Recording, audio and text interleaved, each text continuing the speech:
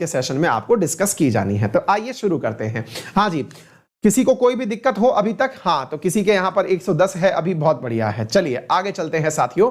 यहां पर मैं आपको बताता हूं क्या कहानी है। साथियों ये पूरी की पूरी कहानी है ओपेक प्लस समूह की बैठक की, क्योंकि ये बैठक इसलिए चर्चा में आ गई क्योंकि यूएई ने कहा कि वो तेल की कीमतों को बढ़ाने के पक्ष में नहीं है। अब ये क्या कहानी है, क्या यूएई की कहानी है? क्या वाकई में यूएई के दिखाने के दांत और खाने के दांत एक जैसे हैं या कोई और अलग स्टोरी है? मैं इस सवाल को बाद में पढ़ाऊंगा, लेकिन पहले मैं थोड़ी सी बेसिक इंफॉर्मेशन आपको देता हूं, फिर इस सवाल पर लेकर के आऊंगा।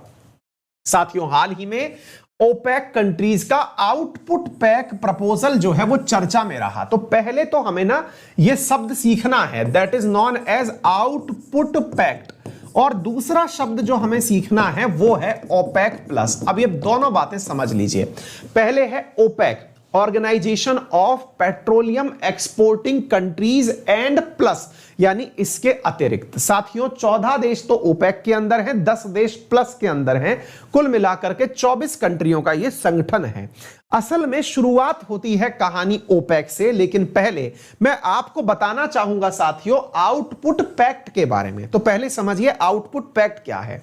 आउटपुट पैक्ट पर चलेंगे फिर ओपेक पर चलेंगे? नहीं नहीं नहीं, एक काम करते हैं, पहले हम ओपेक पर चलते हैं, तब आपको आउटपुट पैक्ट अच्छे से समझ में आएगा। तो साथियों organization of petroleum exporting countries क्या है? साथियों बात है वर्ष 1960 की। दुनिया में तेल के निर्माता राष्ट्र या तेल के जो उत्पादक राष्ट्र थे उनमें से 5 प्रमुख राष्ट्र, जिसमें Iraq, Iran, Saudi Arabia, Kuwait और वेनेजुएला शामिल थे। इन लोगों ने आपस में मिलकर के एक निर्णय लिया। क्या निर्णय लिया? कि यार दुनिया में सारा की सारा ऑयल हम लोग पैदा करते हैं। जब ऑयल हम लोग पैदा करते हैं तो हम एक दूसरे से कंपटीशन क्यों करें? क्यों ना हम मिलकर के डिसाइड करें, क्योंकि दुनिया का 80% तेल तो हम ही एक्सपोर्ट करते हैं। ऐसी स्थिति में क्यों ना हम मिलकर के यह निर्णय लें कि दुनिया में तेल की कीमतें क्या हों। इसका निर्णय लेने के लिए एक संगठन बना, जिसका मुख्यालय इन्होंने अपने देश में नहीं बनाया। यूरोप का एक देश है ऑस्ट्रिया, जिसकी राजधानी है वियना, वहां जाकर के इन्होंने अपना ऑफिस बनाया। तो साथियों इस वियना ऑस्ट्रिया के अंदर organization of petroleum exporting countries का ऑफिस बनाया गया, और यहां पर इनिशियल ये 5 कंट्रीज आकर के बैठना शुरू हुए। तो अब क्या होता है? फिर आप पूछेंगे कि सर इसके अंदर बाकी देश कैसे एंट्री हो गए?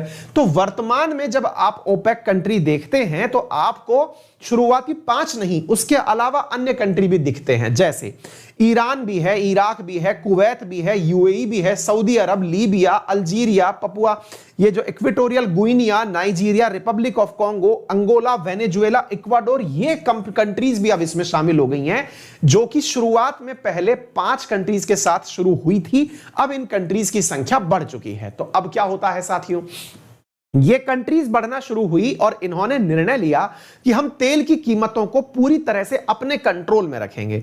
कंट्रोल में रखने का यह काम 1960 से चला आ रहा था। 1960 से बखूबी यह काम चला आ रहा था। इतने ही बीच में चाइना आ जाता है। बोले चाइना फिर से कैसे आ गया सर? अरे भैया चाइना के साथ क्या हुआ? चाइना फिर से आता है, और चाइना क्या करता है साथियों, वो यहां आकर के अपने द्वारा कोरोना छोड़ देता है। अब मैं कह देता हूं कि कोरोना छोड़ देता है, ये थोड़ा लीगल फ्रेम में सही नहीं है। आप ये मानिए कि कोरोना आ गया, डन। अच्छा, तो जब कोरोना आता है तो मार्केट हो गया पूरी तरह से बंद। मार्केट में जो कभी क्रूड ऑयल की कीमतें हुआ करती थी $75 प्रति बैरल, वो घटकर के नीचे आना शुरू हुई। घटकर कितना नीचे आना शुरू हुई? तो साथियों कोरोना के कारण लगे लॉकडाउन में ये संख्या घटकर के $20 प्रति बैरल आ गई। अच्छा, पहले ना मैं आपको ये समझा देता हूं ये बैरल क्या होता है और किसका मीनिंग क्या है, और तेल कितना सस्ता होता है, लेकिन आप तक पहुंचते पहुंचते इसकी हालत क्या हो जाती है, इससे आप अंदाजा लगाइए। सरल रूप में अगर मैं ये कहूं कि आज पेट्रोल कितने रुपए प्रति लीटर बिक रहा है, तो आप आसानी से कह पाएंगे कि सर आज जो पेट्रोल है वो $1.5 प्रति लीटर बिक रहा है। अपने यहां पर इंडिया की बात कर रहा हूं मैं। आप पूछेंगे सर अपने तो रुपए में बिकता है। अरे वही यार, 100 या 110 रुपए लीटर अगर कहीं पर पेट्रोल बिक रहा है तो इसका मतलब यार 70 का डॉलर मान के चल रहा हूं, तो $1.5 हो गया, ठीक है ना। अच्छा, तो 1 लीटर पेट्रोल का भाव तो है इतना, ठीक है, लेकिन आपको पता है ये कितने में आता है हमारे पास जब आता है, तो आइए मैं आपको बताता हूं साथियों। जब हमारे पास ये आता है ना, तो ये वर्तमान में जब कोरोना का कारण बना था ना शुरुआत में, तो आप अंदाजा लगा के हैरान हो जाएंगे। $1 70 का मान रहा हूं मैं, तो 70 गुना 20 करो, 1400 रुपए में हम लोगों को तेल कितना मिल रहा था? 158 लीटर। जरा इसे फैक्ट को पहचानिए आप इस फैक्ट को पहचानिए, अंदाजा लगाइए कि कहां से कहां तक की चीजें हैं। आपको जो सरकारें बताती हैं वो क्या होती है, वास्तविकता क्या होती है वो समझिए। मतलब ये क्या है, अप्रैल 2020 में तेल का भाव था $20 प्रति बैरल। $20 प्रति बैरल को 70 से गुणा कर लो, 1400 रुपए प्रति बैरल के हिसाब से, और एक बैरल में होता है 158 लीटर। तो 158 लीटर 1400 रुपए में आपको मिलता था, यानी एज ए कंट्री आपको इतना का तेल मिलता था, 158 लीटर। यदि मैं सही हूं तो लगभग 9 रुपए लीटर तेल मिलता था जब आपके यहां इंडिया में तेल 90 रुपए। तो आप ये मत कहिए कि इंडिया बहुत ज्यादा पैसा दे रहा है, जी नहीं, इंडिया उस तुलना में कमा बहुत रहा है अपने ही देश के लोगों से। आप सोचिए 9 का 90 कमाया जाता है, इससे अंदाजा लगाइए। अब दूसरा समझिए साथियों, यहां पर ये कीमतें बढ़ना शुरू हुई अभी वर्तमान में, और कोरोना से पहले ये कीमतें कितनी थी वो भी समझ लीजिए। तो साथियों, कोरोना से पहले ये कीमतें थी $75 प्रति बैरल। क्लियर?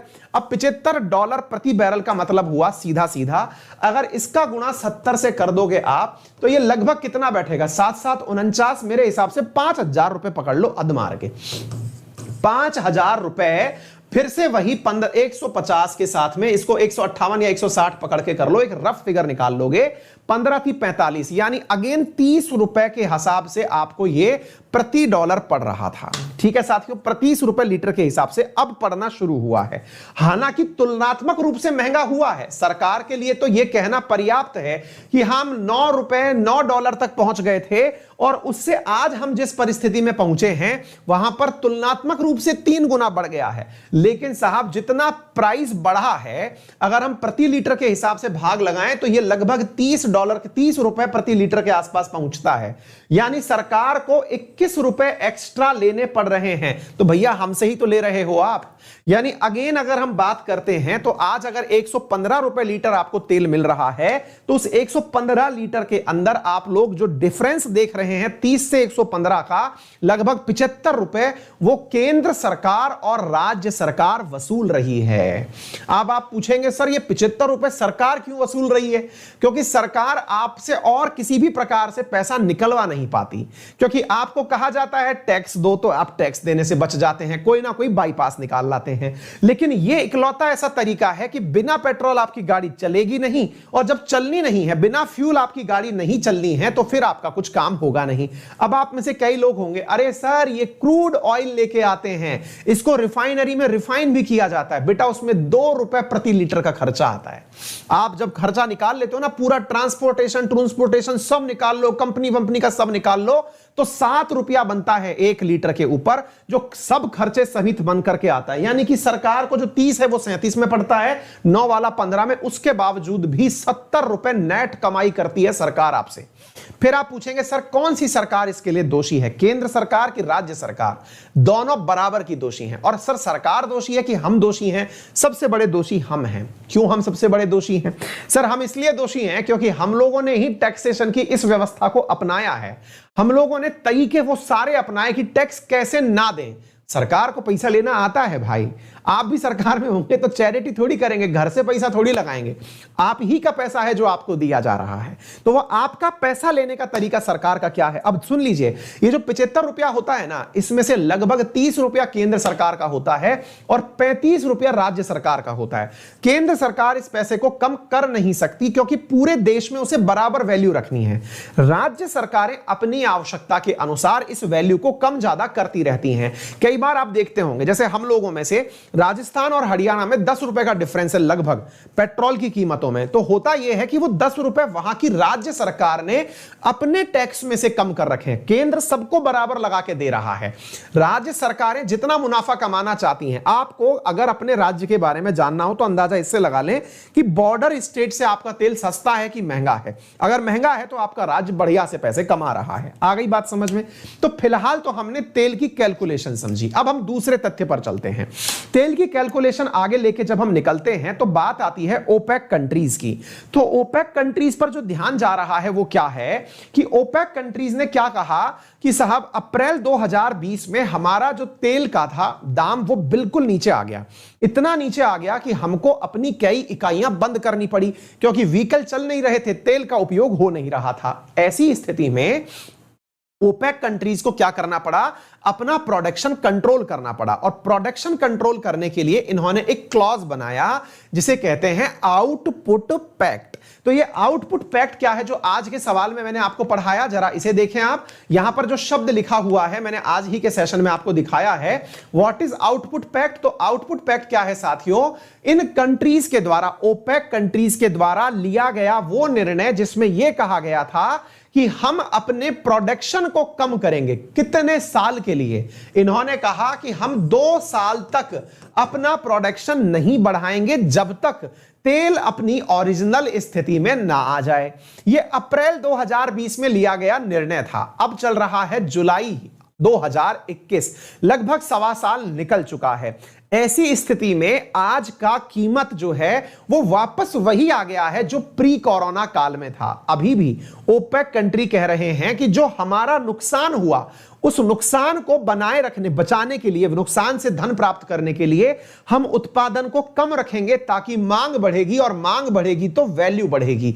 तो वैल्यू बढ़ाने के लिए ओपेक कंट्रीज क्या कर रही हैं? प्रोडक्शन को कंट्रोल कर रही हैं। फिर आप पूछेंगे तो सर ये कितना बढ़ाना चाहते हैं? साथियों हद मार करके ये $100 तक जाएगा, लेकिन संभव नहीं है इतना, मतलब बहुत ही रेयर टच होता है। फिर आप पूछेंगे कि सर एक बात बताइए, अगर इतना वैल्यू बढ़ रहा है तो इसमें क्या बात थी जिससे यूएई डिफर कर गया? अब मैं आपको वो बताता हूं। असल में कहानी ये है, इन ओपेक कंट्रीज ने 2 साल का तो आउटपुट क्लॉज बना ही लिया। इनको मजा आने लग गया। इनको मजा क्या आने लगा कि एक्सपोर्ट और इंपोर्ट में अब इनके हाथ में सप्लाई थी। सप्लाई को कंट्रोल करने से दाम बढ़ रहे थे। टेक्निकली ये चीज गलत है, असल में यही तो कालाबाजारी है। आपने माल को रोक लिया, स्टॉक कर लिया, आप मार्केट को प्रभावित कर रहे हैं। डेवलपिंग कंट्रीज लाइक इंडिया, इनकी अर्थव्यवस्था सीधी सीधी प्रभावित हो रही है, और तो और सरकारें तक गिर सकती हैं, इतनी बड़ी चीज है ये। तो फिर सवाल बनता है, तो फिर क्या हुआ? इन लोगों को मजा आने लगा कि तेल की कीमतें कंट्रोल करने पे बहुत सारे देशों की हालत खराब होती है, पैसा आता है। ऐसी स्थिति में साथियों इन्होंने एक नया आइडिया अभी फिर पुट कर दिया, और इसी वीक हुई बैठक में कर दिया। क्या आइडिया दे दिया कि हम इस आउटपुट पैक्ट को 2 साल के लिए नहीं, अगले 6 महीने के लिए और बढ़ाना चाहते हैं। यानी अप्रैल 2020 से अप्रैल के बाद अप्रैल 2021, अप्रैल 2022 और 2022 के बाद 6 महीने और, यानी अक्टूबर 2022 तक हम इस आउटपुट पैक्ट को बढ़ाना चाहते हैं। अब आप जब इस लाइन को सुनेंगे तो आपका मन भी गुस्से में आ जाएगा कि यार तब तक तो पता नहीं भाव कहां आसमान में पहुंच जाएंगे। तो साहब इसको मैं आपको बताना चाहूंगा कि इसी चीज से यूएई ने कहा कि नहीं, मैं आप लोगों के साथ नहीं हूं। अब आपके मन में अचानक प्यार उमड़ेगा, वाह देश हो तो यूएई देश जैसा, नहीं तो नहीं हो। ऐसा भी नहीं है। यूएई का आप जैसे ही सुनते हैं कि उसने कहा कि ऐसा नहीं, तो फिर आप पूछेंगे फिर कैसा? तो मैं आपको बताता हूं। यूएई ने कहा कि महाराज आप तेल का प्रोडक्शन कम करने की बात करते हैं, लेकिन जितना प्रोडक्शन करते हैं उसमें मेरा हिस्सा बहुत छोटा सा है। मेरा या तो हिस्सा बढ़ाओ ताकि मेरा प्रोडक्शन बढ़ जाए और मैं भी आपके आउटपुट पैक्ट में शामिल हो जाऊं, नहीं तो मैं आप लोगों के साथ नहीं हूं। बेटा स्वार्थी होके बात कर रहा है वो, उसको हीरो मत बना लेना खुद का। वो कह रहा है मुझे आउटपुट पैक्ट से दिक्कत नहीं है, मुझे दिक्कत यह है कि तुम सबने निर्धारित कर लिया। सऊदी अरब तो कह रहा है कि मैं $1 मिलियन और प्रति बैरल कम कर दूंगा, 1 मिलियन बैरल प्रतिदिन और कम कर दूंगा। तो भाई उसका तो समझ में आता है, लेकिन मेरा तो तेल ही थोड़ा सा बाहर आता था, अब उसमें भी आपने बैरियर लगा दिया, कोई देश इतना ही पैदा कर पाएगा, तो मेरी इकोनॉमी ठप हो जाएगी। तो मेरा लेवल बढ़ाओ, मेरा लेवल बढ़ाओ, तब जाकर के मैं तुम लोगों के साथ आऊंगा। यानी वो इंटरनल मैटर पे लड़ाई लड़ रहा है कि भाई मुझे ना तुम लोग तेल निकालने की अनुमति तो दो, नहीं तुम लोग तो बड़े बड़े देश हो, तुम तो चला लोगे थोड़ा कम तेल करके, मेरा क्या होगा। इसमें यूएई बाहर हटा था। समझ में आ गई बात। तो भैया ये था पूरा की पूरा ओपेक की कहानी। और इस पूरी कहानी में इस बार ओपेक प्लस देश भी थे, यानी ओपेक प्लस 10 अतिरिक्त सदस्य भी थे। तो ओपेक देशों के साथ में ओपेक प्लस 10 की जब हम बात करते हैं तो कौन से देश होते हैं, तो Azerbaijan, Bahrain, Brunei, Kazakhstan, Malaysia, Mexico, Oman, Russia, south Sudan and Sudan, ये जो हैं ये आपके ओपेक प्लस कंट्रीज के अंदर शामिल होते हैं। क्लियर है। तो उम्मीद है आप सभी साथियों को यह बात बेहतरीन तरीके से समझ में आ गई होगी। ओपेक की स्थापना 1960 में हुई थी। वेनेजुएला वगैरह समेत 5 देशों ने मिलकर के इसको निर्माण किया था। Iraq, Kuwait, Saudi Arabia, Venezuela और ईरान 5 देश मिलकर के इस संगठन का निर्माण किए थे, जो पूरे वर्ल्ड के अंदर तेल के उत्पादन को कंट्रोल करते हैं। ये 5 प्रमुख देश थे। अब आपके दिमाग में एक बहुत बड़ा सवाल बनेगा, और वो सवाल ये बनेगा, सर अमेरिका कहां बैठा हुआ है। मतलब देखिए, ये आपको मैं दिखा सकता हूं, 20 बैरल से देखो अब 75 बैरल प्रति डॉलर तक पहुंच गया है, मतलब वहां तक पहुंच गया। तो अब एक बहुत बड़ा सवाल बनेगा कि सर एक बात बताइए कि बाकी तो सारी बातें समझ में आती हैं, लेकिन और देश कहां पर हैं, मतलब यूएस कुछ नहीं कर रहा क्या सर इसके अंदर, जरा इस बात को बताइए, है ना। तो अब मैं आपको वो वाली बात बताना चाहता हूं। देखिए 1 मिनट के लिए, हाँ जी। तो अब सर यूएस इसमें कुछ नहीं कर रहा क्या। अब देखो यूएस की कहानी भी मैं आप लोगों को बताता हूं।